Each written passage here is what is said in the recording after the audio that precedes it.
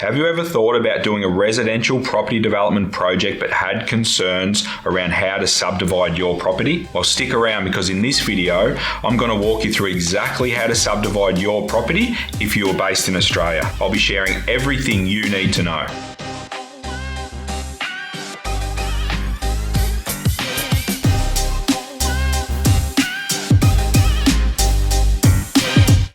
Hi guys, I'm Peter Kelly from Little Fish Property Developments, helping you maximise the value of your land and generate wealth through low-risk residential property developments. On this channel, we share everything you need to know to deliver successful projects time and time again. So if that's something you're interested in, then hit the subscribe button and turn the bell notifications on so you don't miss a thing. Let's get into the video. Your plan of subdivision allows you to subdivide your land into 2 or more parcels that can be sold off separately. Obviously, this is a pretty important step as a property developer. In fact, it's critical that you complete your plan of subdivision timely, as it means you'll have the ability to settle your off-the-plan sales at the completion of your project, meaning you'll see your money sooner. Conversely, if your plan of subdivision approval is delayed, it will delay your payday. It's extremely common to see rookie developers concentrating on the build and not giving the subdivision process the respect it requires. It doesn't matter how quickly or nicely you complete your build, you won't be settling with your buyers or seeing any money unless you complete your subdivision and registration of titles, all of which takes time, so don't leave it to the 11th hour. You need to get on the front foot from the beginning of your project and keep your finger on the pulse all the way through. It all starts with getting a re-establishment survey completed by your land surveyor. Now we are going to jump ahead because I really want to focus on how to subdivide your property in Australia and focus on that subdivision process. So you have your survey completed and your new dwellings have been designed, submitted to council, and you've received council endorsed plans. It's at this point you need to go back to your land surveyor who did the re-establishment survey and get them to draw the proposed plan of subdivision. Your proposed plan of subdivision will clearly outline the boundary to each of your new dwellings and detail each of your dwellings' titled land size. So when someone buys one of your dwellings, it's these individual lots of land on the subdivision that they will be purchasing. The plan of subdivision will also show your site's common property if there is any. Your surveyor will then lodge the proposed plan of subdivision with council on your behalf to accompany all the other subdivision requirements. In Victoria, there is an online portal called Surveying and Planning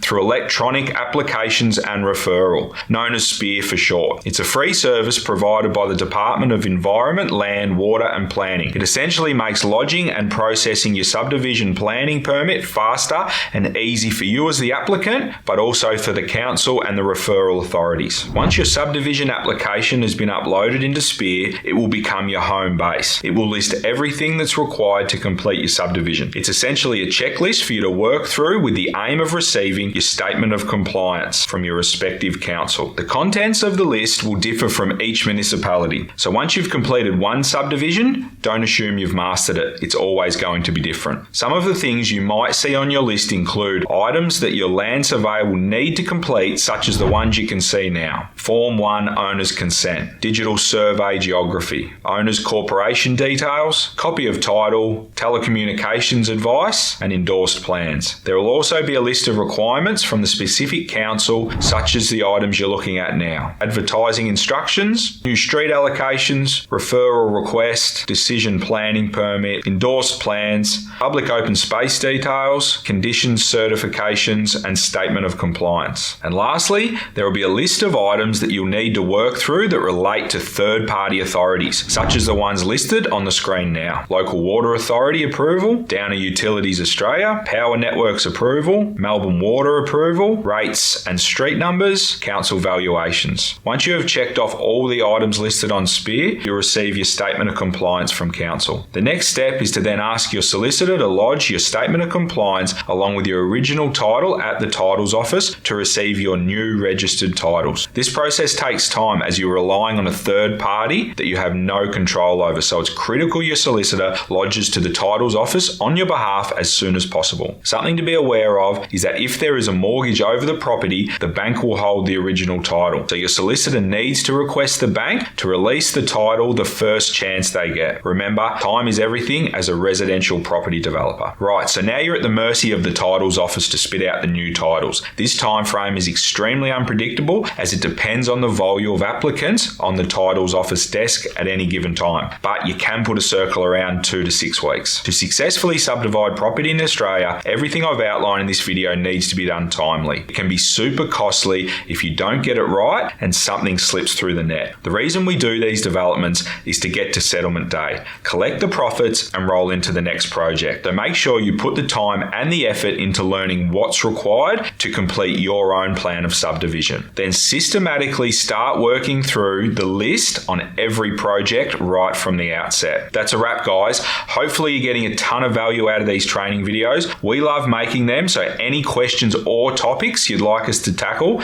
please drop them in the comments below. And of course, if you haven't already subscribed, make sure you do and turn the bell notifications on so you don't get left behind. I'm Peter Kelly. Thanks for watching, and until next time, happy developing.